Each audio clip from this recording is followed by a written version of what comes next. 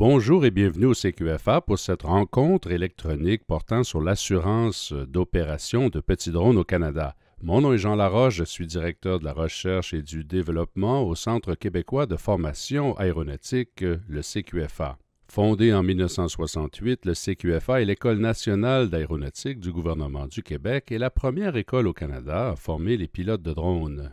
Il me fait plaisir de vous présenter la captation de cette rencontre live du 22 août 2017 depuis le studio du CQFA à Dorval. Notre expert invité était M. Daniel Trottier, gestionnaire de portefeuille chez Hub International Québec Limité, un des principaux courtiers canadiens en assurance de drones. Les auditeurs étaient en mesure de poser des questions par écrit, dont j'assurais le relais à M. Trottier pendant la rencontre. Alors, sans plus attendre, allons retrouver M. Trottier et nos participants en ligne. Bonsoir, M. Laroche. Bonsoir tout le monde. Alors, vous êtes impliqué dans le monde de l'assurance depuis plusieurs années. Vous couvrez quel type de portefeuille en général? Mais de tout, syndicats de condo en passant par des petites entreprises. J'ai même assuré un magicien il n'y a pas tellement longtemps, des drones. C'est vraiment varié. C'est dans la petite entreprise que je fais. Alors, tout ce qui est petite entreprise, prime de, je vous dirais, moins de 10 000 par année, ça va dans notre département à nous. Le but de l'assurance, M. Trottier, c'est quoi? Ça sert à quoi, une assurance? Est-ce que c'est juste un bout de papier? Non, en tant que tel, l'assurance, c'est dans le but de prévoir s'il arrivait quelque chose, un sinistre, une réclamation, un dommage quelconque, de pouvoir vous replacer dans la même situation que vous étiez avant le sinistre. Ça, c'est le but de l'assurance, mais dans tous les domaines d'assurance, que ce soit assurance drone, habitation, automobile, c'est le but. Vous protégez vos biens en fonction ou vos responsabilités en fonction de ce qui pourrait arriver. Donc, en fonction d'un risque. Exact.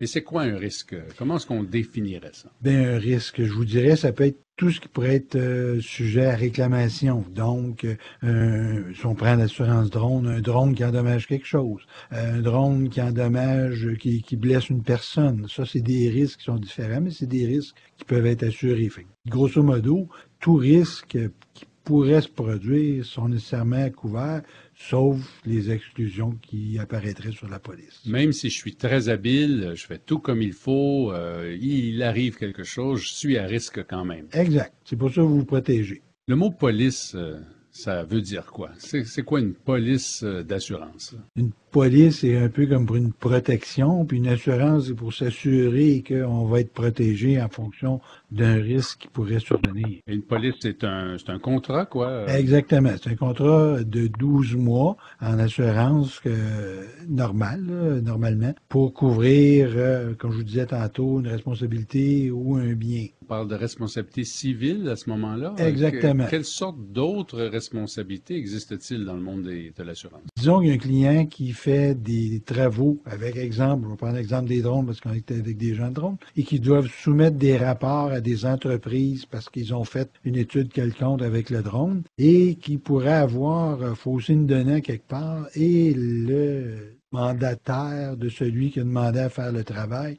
s'en rend compte pour exiger du dédommagement. À ce moment-là, on pourrait parler d'erreur et omission. Ça, c'est un autre type de responsabilité civile. Au même titre que, je vais vous donner un autre exemple, qu'il y aurait une entreprise qui aurait plusieurs dirigeants qui pourraient devoir donner des conseils à d'autres, à des tiers, qui pourraient être poursuivis. À ce moment-là, on parle de l'assurance dirigeant et administrateur. C'est une autre responsabilité civile qui est couverte. OK, comme une responsabilité plus commerciale. Exactement. Par rapport à un citoyen endommagé par notre opération. Exact. On parle aussi de couverture du drone comme tel, la machine. Est-ce que vous faites ça? Est-ce que le marché de l'assurance couvre les équipements volants, là? Exact. Actuellement, la police qu'on offre, les gens ont la possibilité de l'assurer de s'assurer de deux façons. Soit le minimum, qui est la responsabilité civile, ou la responsabilité civile et l'appareil lui-même. À ce moment-là, tout est couvert. Donc, les dommages occasionnés par le drone sont couverts et les dommages au drone lui-même sont couverts. Si on prend uniquement la responsabilité civile de base, qui peut être de 1, 2 ou 5 millions en passant, à ce moment-là, ça couvre uniquement les dommages que le drone occasionnerait. Le ministère des Transports demande une couverture minimale de 100 000 $. Il n'y a probablement pas beaucoup de produits sur le marché qui couvrent aussi peu, n'est-ce pas? De ce que j'en sais, je connais seulement qu'un autre assureur qui offre des montants de responsabilité civile inférieurs à 1 million. Mais je ne suis pas certain que c'est l'avantage des gens d'obtenir ça, parce qu'on sait très bien qu'une poursuite, ça peut être, en cas de sinistre quelconque pour une poursuite, ça peut monter assez rapidement les montants à ce moment-là. Surtout certaines opérations qu'on voit, là, le pont Jacques-Cartier, les grands festivals de musique à Montréal, là, il y a des centaines de milliers de personnes. Ça serait plausible de voir des risques qui se chiffrent des montants assez élevés, donc plus élevés que 100 000 $. Exactement. On parle également de couverture commerciale et récréative. Votre entreprise offre un produit purement récréatif? C'est-à-dire que la police, en tant que telle, elle est pour usage commercial. Donc, d'emblée, les gens qui nous approchent ont principalement une utilisation commerciale, sauf que l'assureur sait très bien que les gens peuvent aussi utiliser pour un usage récréatif. À ce moment-là, il faut juste l'indiquer qu'il peut arriver à l'occasion, vous allez vous en servir, si on fait une demande évidemment, que vous pourriez vous en servir pour usage récréatif. Il peut y avoir aussi, dans certains cas, des gens qui ne tireront aucun revenu de l'utilisation de leur drone, qui vont vouloir uniquement l'usage récréatif. À ce moment-là, c'est toujours le 1 million de responsabilité civile minimum, mais c'est juste que la prime est un petit peu moins élevé à ce moment-là. On a ici Alexandre qui demande, est-ce que l'assurance couvre également les frais d'avocat ou seulement le résultat d'un jugement s'il y a lieu, donc vraiment du dommage? Est-ce que les frais accessoires sont couverts? Bien, en fait, au Québec, toutes les assurances qui sont offertes couvrent nécessairement les frais d'avocat en surplus du montant de responsabilité civile. Fait que si on prend l'exemple de quelqu'un qui aurait une poursuite d'1 million, qui perdrait, mais qui aurait 150 000 $ de frais d'avocat, c'est couvert par les assurances. Alors que dans les autres provinces, c'est pas comme ça que ça fonctionne. Ça va être déduit du montant de responsabilité civile. On a une couverture de responsabilité d'1 million de $. Vous dites que les frais d'avocat pourraient aller au-delà du million de dollars? Exactement. Au Québec. Au Québec. Oui, c'est une particularité du Québec en assurance. Il y a d'autres particularités au Québec en mode d'assurance. Je crois que vous devez posséder un permis, disons, québécois pour vendre l'assurance. Un assureur ou un courtier ontarien ne pourrait pas... Il pourrait dans la mesure où il passe les examens de l'Autorité des marchés financiers et obtienne sa licence. Comme je pourrais avoir le permis d'Ontario si j'allais suivre des cours et je passais l'examen. Mais personne ne peut offrir un produit d'assurance dans une province autre que celle dans laquelle il opère sans détenir les certificats ou les licences appropriées. Si on parlait des limites d'une couverture, donc au-delà du montant, il devra y avoir d'autres conditions, d'autres limites, notamment est-ce qu'il y a une limite territoriale? Si je suis assuré au Québec, est-ce que c'est seulement au Québec? Est-ce que ça s'étend au Canada, aux États-Unis? Comment ça va fonctionner? Le programme drone qu'on offre, c'est pour le Canada au complet, incluant les territoires et le Yukon. À ce moment-là, n'importe quelle utilisation à l'intérieur de ces limites-là, c'est couvert. Dès le moment où on utilise le drone à l'extérieur de ces limites-là, la police n'est plus effective parce que ça prend une police différente pour une utilisation outre Canada, si vous voulez. Et vous l'offrez ou non? Bien, on peut l'offrir, mais pas dans le programme drone. On peut offrir par l'entremise de d'autres assureurs. D'accord. Alors ça, une limite territoriale, est-ce qu'il y a une limite d'utilisation du drone? Est-ce qu'on peut utiliser un drone hors des limites de la couverture de ma police? Bien, moi, de ce que je comprends de votre question, c'est que tant et aussi longtemps que les normes de Transport Canada sont respectées et que le programme drone est toujours en fonction à l'intérieur des limites territoriales, vous pourriez utiliser votre drone de la façon que vous voulez, en autant que c'est quelque chose qui est sécuritaire. Alors, je vous donne un exemple. Le ministère des Transports va m'imposer des minima météo. Je peux donc jouir du COS qu'on m'a émis pourvu que la météo soit égale ou supérieure à tel minimum. Et puis, cette journée-là, je sors en météo exécrable, des grands vents et tout. Bref, j'ai un accident qui est très fort probablement en lien avec la météo météo, est-ce que je suis sorti des limites de ma couverture?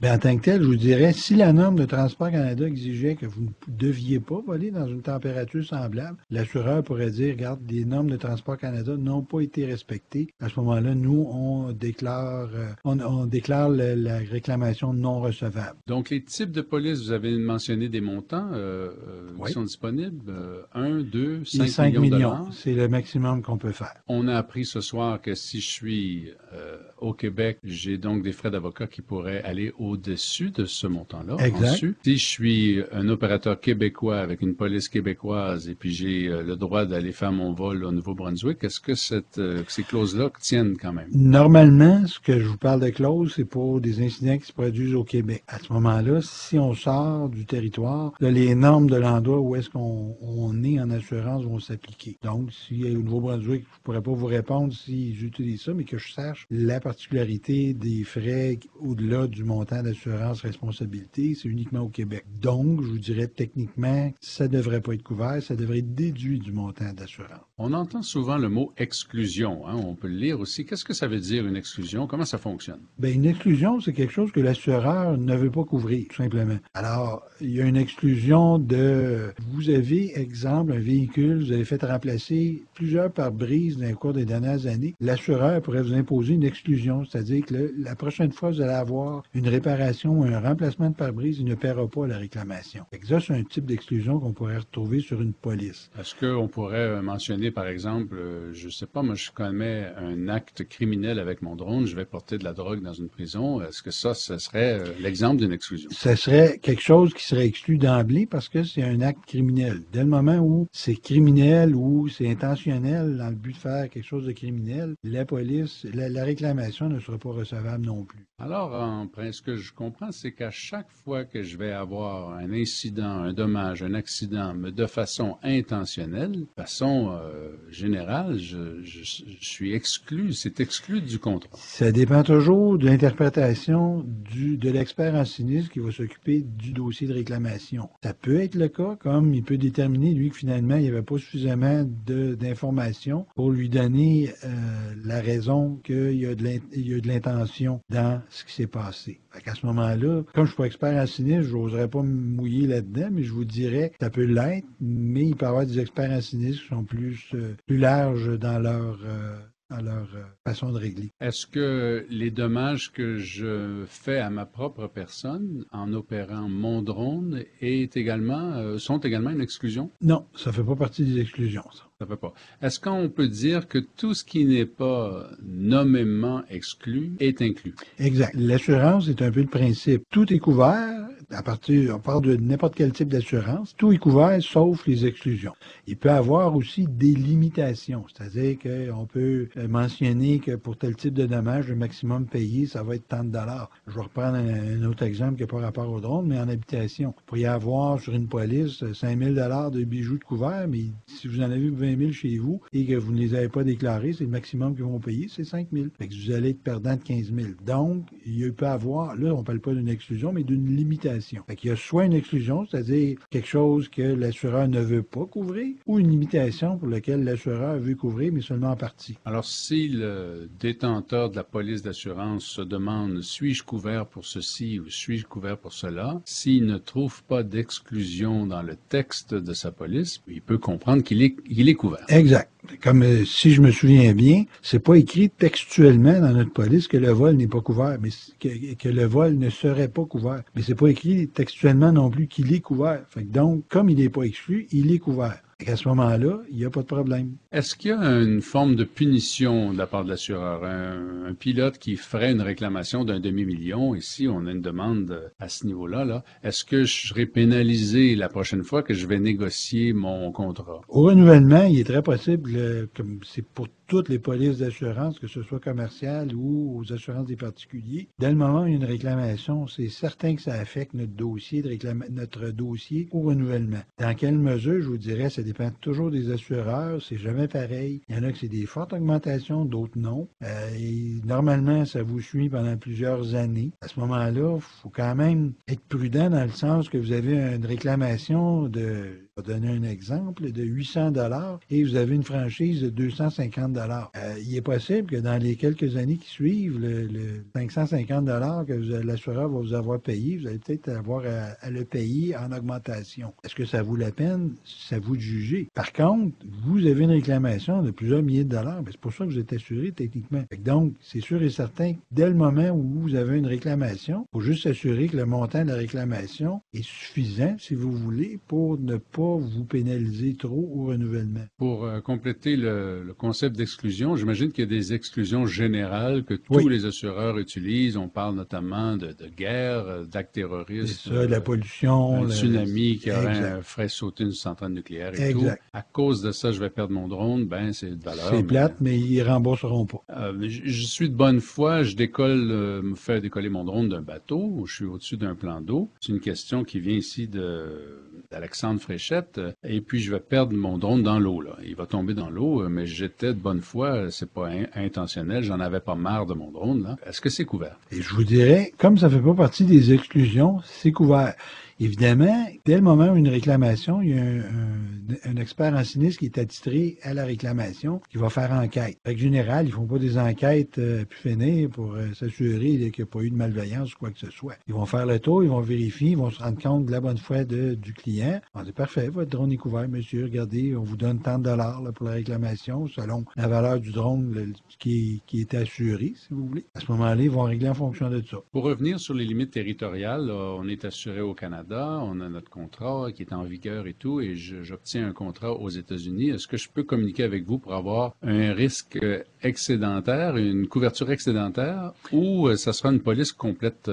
Malheureusement, ça va être un nouveau contrat d'assurance qui va vous couvrir probablement aussi pour le Canada, mais surtout pour l'endroit où vous allez pour faire voler votre drone. Le programme d'assurance drone que nous offrons, c'est uniquement, comme je vous disais, territoire canadien. On ne peut pas dépasser. Dès le moment où on dépasse, on va aux États-Unis, les Caraïbes, peu importe, il faut avoir une autre police. Et malheureusement, là, ça ferait 2 polices d'assurance sur le même drone. S'il y avait une réclamation, même au Canada, vous ne pourriez pas faire une réclamation sur les 2. C'est une des 2 seulement qui va couvrir.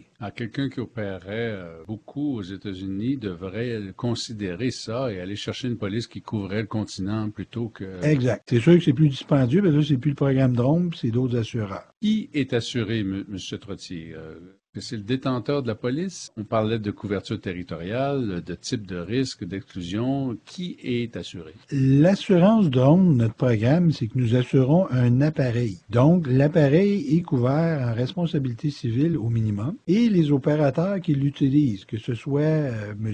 Roger Tremblay, qui est propriétaire de Roger Tremblay Drone Incorporé, ou son cousin qui s'appelle Gérard Perron, les 2 pourraient être couverts. L'important, c'est que si vous retirez un revenu de votre utilisation de drone et que vous devez avoir pour un contrat donné les certifications COAS, si vous ne les détenez pas et qu'il arrive un sinistre, l'assureur va tout simplement dire que le sinistre n'est pas recevable. Fait que je vais vous prendre un exemple. M. Tremblay demande à M. Perron d'aller prendre sa place pour un contrat pour lequel il devait détenir le certificat COAS. M. Perron, malheureusement, ne détient pas ça. Il arrive un incident, le drone tombe, il endommage quelque chose. L'assureur ne recevra pas cette réclamation parce que l'opérateur du drone, ne détenait pas le certificat. Le même exemple, c'est que vous faites quelque chose, mais c'est pas pour quelque chose de commercial et que c'était pas une obligation d'avoir le certificat COAS. Il n'y a aucun problème. À ce moment-là, l'assureur va couvrir quand même. Cause un accident, donc je pilote mon drone, je cause un accident, j'ai des dommages,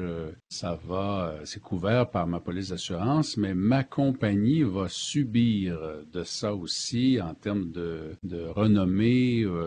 Ça va déclencher d'autres dommages. Est-ce que commercialement, je suis couvert? Est-ce que mon entreprise est couverte parce que j'ai souscrit à une police d'assurance de drone? En tant que tel, c'est que là, on parle d'autres produits d'assurance qui peuvent vous être offerts. Vous pourriez avoir une entreprise, mais vous pourriez avoir une petite entreprise qui va sortir de votre sous-sol, mais pour laquelle vous pourriez avoir des biens, vous pourriez avoir une responsabilité qui est importante face au contrat que vous devez remplir. Votre assurance drone va couvrir ce que le drone va occasionner, tout simplement, alors que votre entreprise, elle n'est pas couverte par ça. Donc, dans l'exemple que vous donnez, ça serait pas une mauvaise idée de faire une soumission pour avoir de l'assurance pour votre entreprise. C'est même très important d'en avoir parce qu'on ne sait jamais ce qui peut se produire. J'utilise mon drone, ma petite compagnie dans mon sous-sol de maison, de ma résidence, puis j'ai un feu de batterie LiPo, là, puis ma maison, elle passe au feu. Où est-ce que ça s'arrête, là? L'assurance résidentielle, commerciale, l'assurance drone, comment est-ce qu'on marie tout ça? Bien, je vous dirais de la façon suivante, c'est que dès le moment où on travaille de la maison principalement, et là, on ne prendra pas l'exemple de quelqu'un qui apporte son ordi à la maison le soir et il fait une petite heure par-ci par-là, c'est pas son endroit de travail primordial. Si on travaille de la maison, on doit viser son assureur résidentiel, c'est très important. Il n'est pas nécessairement dit qu'il va avoir une surprime, mais il est bien important de la payer, la surprime, s'il arrivait quelque chose. Parce que l'assureur pourrait dire, dans le cas que vous avez donné, il y a un incendie qui est occasionné, vous avez payé une prime de 500 $, vous avez payé une prime de 400 $, mais vous auriez dû payer 500 parce que vous utilisiez votre propriété en partie pour votre commerce, votre entreprise. Donc, l'assureur va dire, bien, regardez, on est prêt à vous indemniser, mais comme vous n'avez pas payé la prime au complet, on n'indemnisera pas au complet. On va y aller en fonction de ce que vous avez payé. 400 sur 500, bien, ils vont payer le 4/5e de votre réclamation. Donc, vous avez une réclamation de 10 000 $, bien, ils vont vous rembourser uniquement 8 000 $, c'est le maximum qui va être remboursé. Alors, une assurance commerciale, ça servirait à ça. Oui, ou, comme je vous dis, c'est juste pour le bureau à la maison, dépendamment de l'assureur résidentiel que vous avez. Ça peut être aussi couvert par l'assurance résidentielle. Comment on souscrit à une police d'assurance? C'est quoi la première étape? D'abord, comment on prend contact avec vous?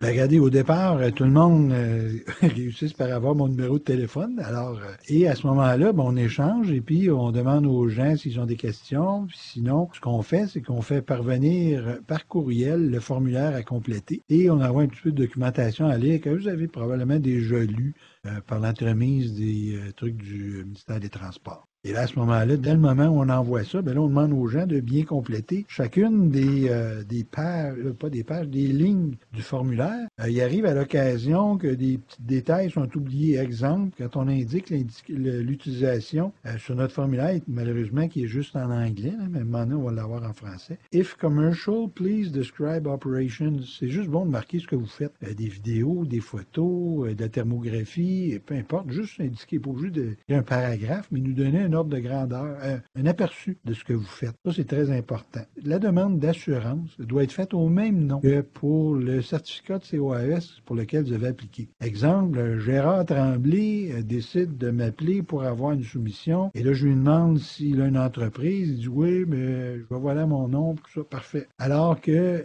quelques mois suivent et puis là, M. Tremblay réalise qu'il aurait dû mettre ça au nom de son entreprise parce que là, Transport Canada lui demande une modification à sa police. Donc, dès le départ, ça serait peut-être pas mauvais, vous avez une entreprise, de mettre tout de suite la police au nom de votre entreprise. On peut rappeler aux gens l'avantage d'avoir une entreprise, hein, c'est de placer un voile entre le risque et nos vieux acquis. Donc, nos maisons, notre famille, nos comptes de banque personnels, avoir une entreprise, ça place une espèce de limite de responsabilité à ce niveau. Exact. Mais ça, on embarque dans autre chose que de l'assurance. Mais effectivement, c'est quelque chose qui était à considérer. Parce que aussi, la raison étant, c'est que si on fait des modifications sur une police, il y a toujours danger qu'il oublie un détail ou que ce soit pas complété. Là, à ce moment-là, qu'on doive recommencer à nouveau. Et je vous dirais que les assureurs, peu importe c'est qui, puis je parle pas nécessairement d'assurance drone, le moins de modifications on peut faire sur une police dans une année, mieux c'est pour eux. Oui, d'autant plus que les tarifs sont très bas, alors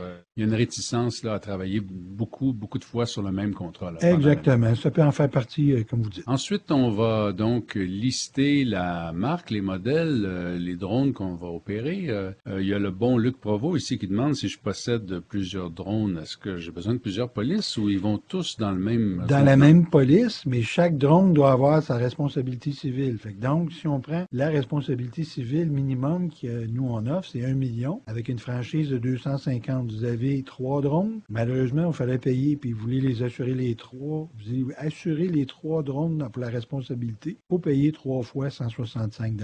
Et si j'avais un drone, les nouveaux drones dits conformes, là, qui sont pas très chers, là, 50, 70 000, 100 000 $, j'imagine que le tarif pour l'assurer, ce drone-là, va changer aussi. Exactement, parce que la prime minimum, c'est uniquement pour la responsabilité civile. Le reste de la prime, dès le moment où vous voulez couvrir votre appareil, à ce moment-là, c'est en fonction de la valeur de celui-ci et des équipements qui y sont rattachés. Parce que des fois, on peut avoir un drone de 5 000, mais il peut avoir une caméra de 5 000 aussi dessus. Il ne faut pas oublier que la valeur totale de tout l'ensemble, c'est 10 000 et non pas une fois 5 000. Et vous assurez en un paquet le drone et sa charge utile. Exact. D'ailleurs, c'est pour ça qu'il est indiqué Max Gross Takeoff Weight sur notre formulaire. C'est pour être sûr que tous les équipements ils sont rattachés et puissent être couverts. Combien ça prend de temps tout ça? À partir du moment où je dis je veux contacter Daniel Trottier et puis j'obtiens mon certificat, ma police, ma couverture, combien ça prend de temps? Bon, ben regardez, en tant que tel, je vous dirais, nous, dès le moment où on reçoit une demande, on envoie le formulaire qui nous revient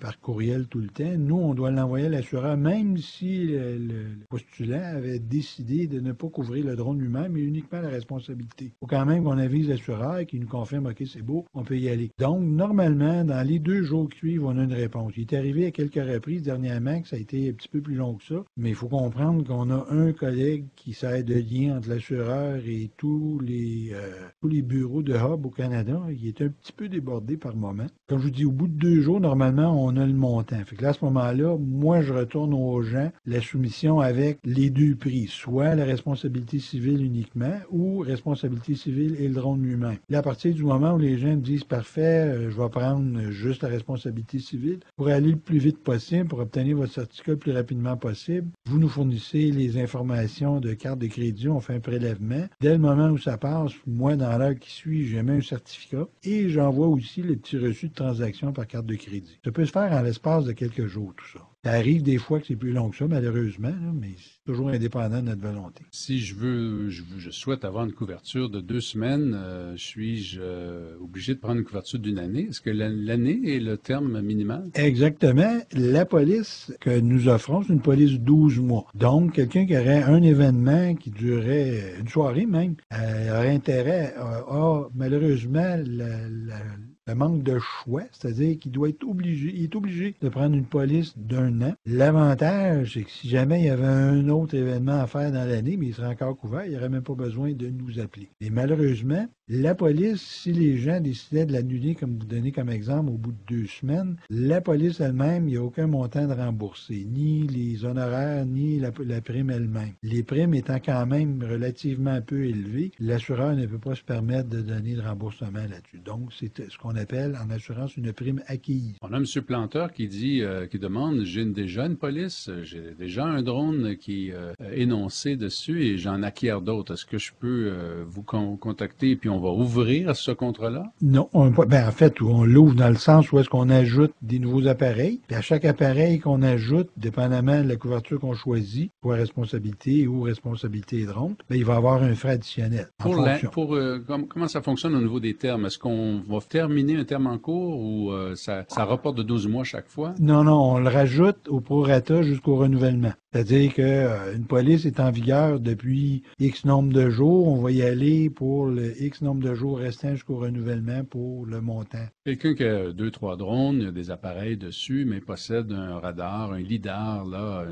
Est-ce que ça devrait faire l'objet d'une assurance particulière? Cette charge utile-là, qui est souvent beaucoup plus chère que le drone lui-même, là. Mais moi, je vous dirais, c'est sûr et certain que c'est une pièce qui est toujours fixée à l'appareil. C'est peut-être pas nécessaire, il faut le mentionner, par contre, qu'on avise l'assureur, parce que là, la valeur totale de tout l'ensemble n'est pas la même. Mais par contre, si c'est une pièce qui n'est pas nécessairement toujours fixe sur le drone lui-même, il est possible que ce soit couvert par votre assurance commerciale. Mais encore là, je mets un petit bémol, là, il y a des assurances commerciales qui ne couvrent absolument rien qu'à rapport en drone. Il y en a oui, mais d'autres non. À ce moment-là, c'est de vérifier vos couvertures. Mais si c'est fixe après le drone, il faut tout simplement aviser l'assureur, nous, qui va prendre une note, puis il va savoir que la police d'assurance de M. Gérard Tremblay les drones incorporés possèdent ce que vous me disiez, un radar qui a une valeur de, disons, 100 000 $. Fait que la police va être émise en fonction de ce montant-là aussi, et la prime aussi. Et on pourrait discuter de tous les équipements qui ne volent pas, mais qui sont nécessaires à l'opération drone. On a des stations au sol, des ordinateurs, à la rigueur le camion, la plateforme.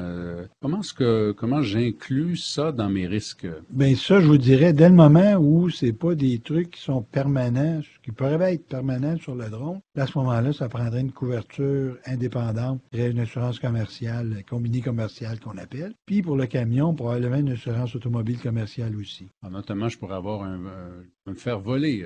Je pourrais avoir tout ça dans le camion.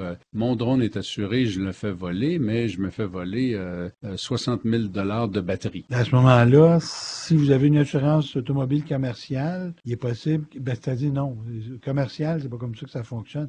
Votre assurance combinée commerciale que vous pourriez avoir devrait faire mention au moment où on l'a émis que vous avez, exemple, des piles d'une valeur de 60 000 $ que vous voulez faire couvrir, mais que de temps en temps, vous allez devoir les transporter dans votre camion. Donc, s'il arrivait un incident, ce serait votre police d'assurance combinée commerciale qui s'occuperait qui aurait la réclamation et non pas l'automobile commerciale. Et vous êtes là pour l'expliquer. Quelqu'un qui va vous appeler, il va dire, voici ce que je fais, voici les drones, mais j'ai aussi l'équipement au sol, les stations, les écrans et tout. Vous allez pouvoir le guider là-dedans. Exact.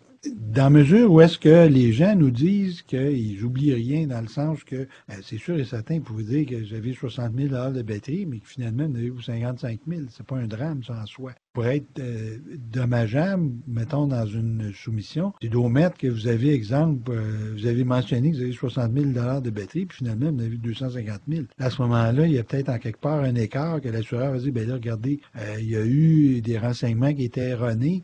Nous, on peut pas se permettre de régler un sinistre quelconque en fonction de ça. Parce que l'assurance, toute assurance, que ce soit commerciale ou assurance des particuliers, peu importe, c'est basé sur la bonne foi des gens. Donc, il faut que les renseignements que les gens nous les donnent de bonne foi. À ce moment-là, l'assureur, il prend comme information que ce qui nous a été donné, c'est la vérité. Monsieur Trottier, je vais capter des données avec mon drone. Je vais enregistrer pour mon client.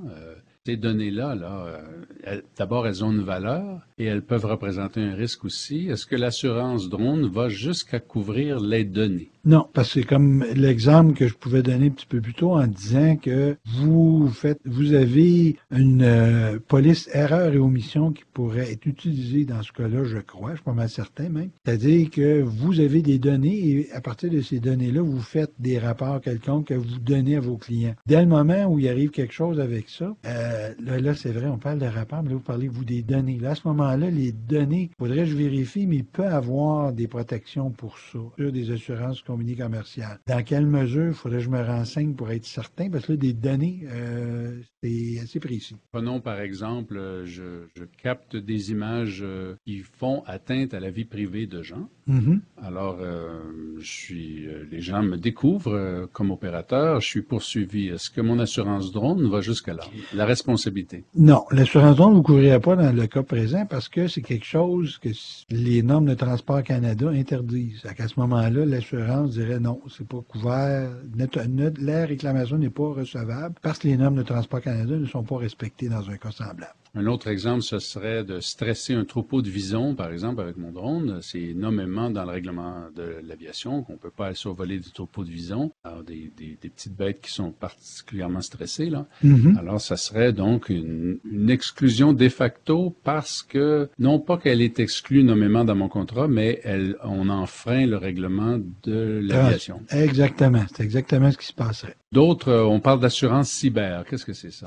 L'assurance cyber, c'est que souvent, de plus en plus, les gens font affaire avec des clients par courriel, par Internet ou quoi que ce soit. Les gens peuvent avoir un site Internet, les gens que des tiers viennent consulter. On entend de plus en plus souvent des rançongiciels, si je ne me trompe pas, des cas dernièrement qui demandaient 2 000, 5 000, 300 $ pour pouvoir débloquer des systèmes qui avaient été, en mauvais français, hackés par des gens mal intentionnés. Mais c'est pas nécessairement juste ça. Il peut y avoir quelqu'un qui rentre dans votre système, qui propage un virus quelconque, que lui est transmis à des clients qui ont accès à votre site et ils vous poursuivent. À ce moment-là, une assurance cyber pourrait couvrir ces dommages-là. Vous avez mentionné les rapports, donc si je fais une mauvaise interprétation, j'ai dit à mon client que son mur n'était pas isolé, et puis en réalité, ils vont tout démolir la façade, et puis c'était très bien isolé. Je me suis trompé. Est-ce que ça, c'est couvert par mon assurance drone? Non, ça serait, dans le cas que je vous disais tantôt, une erreur et omission. À ce moment, ça serait une police qui serait séparée. Parce que les erreurs et omissions n'ont pas rapport nécessairement le vol du drone, si vous voulez. C'est quelque chose qui est en surplus de tout ça, qui fait en sorte que ça peut pas être couvert par l'assurance drone, mais ça peut être couvert par une autre police d'assurance. Parce que techniquement, le vol est terminé, il n'y a rien arrivé, il n'y a pas eu de risque, il n'y a pas eu de dommages, tout va bien, et c'est avec ce que j'ai capté comme image que je vais commettre mon erreur. Exact, exactement. Est-ce que vous allez finir par donner des rabais aux bons pilotes? Est-ce que vous tenez en compte le fait que j'ai été assuré 2, 3, 4 années consécutives avec vous, j'ai jamais fait de réclamation? Je vous dirais à ça la chose suivante, c'est que tout le monde a une assurance automobile ou habitation ou presque, et malheureusement, c'est pas nécessairement tendance à baisser. Et souvent, on voit des gens qui sont assurés chez le même assureur, et je dis bien le même assureur depuis 10, 15, 20 ans. Ils ont une réclamation, puis l'année suivante, au moment du renouvellement, il y a une augmentation.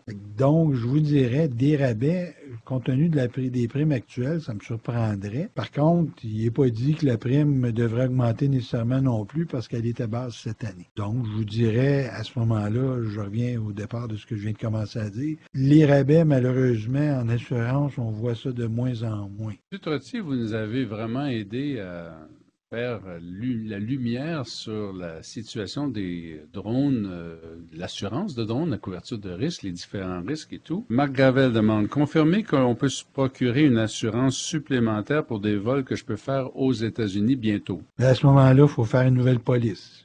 La police d'assurance drone du programme qu'on offre, malheureusement, ne couvre pas les États-Unis. Précision, l'assurance responsabilité civile couvre bien l'activité si on a un COS de Transport Canada ou une exemption. Donc, ça couvre l'exemption aussi. Oui, exact. Ça serait comme un usage récréatif, par exemple. Comment les courtiers en assurance font pour établir le coût d'une police? Pourquoi une assurance de drone peut coûter dans les 1000 $ et la vôtre est 200 $? Est-ce qu'elle est moins efficace? Est-ce que c'est un plus pauvre produit? En tant que tel, je vous dirais que non. C'est que l'assurance drone, nous, on a eu un collègue dans l'Ouest canadien qui a fait des démarches pour trouver un assureur qui pouvait être intéressé, qui a réussi à en trouver un d'ailleurs, parce qu'actuellement, je vous dirais, avant qu'on arrive sur le marché, les assureurs n'étaient plus ou moins intéressés, ils faisaient ça du bout des lèvres. Donc, en chargeant des primes astronomiques, c'était comme de dire aux gens, ben, regardez, ça ne nous intéresse pas d'assurer ça. Un petit peu le raisonnement qu'on peut voir derrière ça. Alors que l'assureur avec lequel on transige, c'est un assureur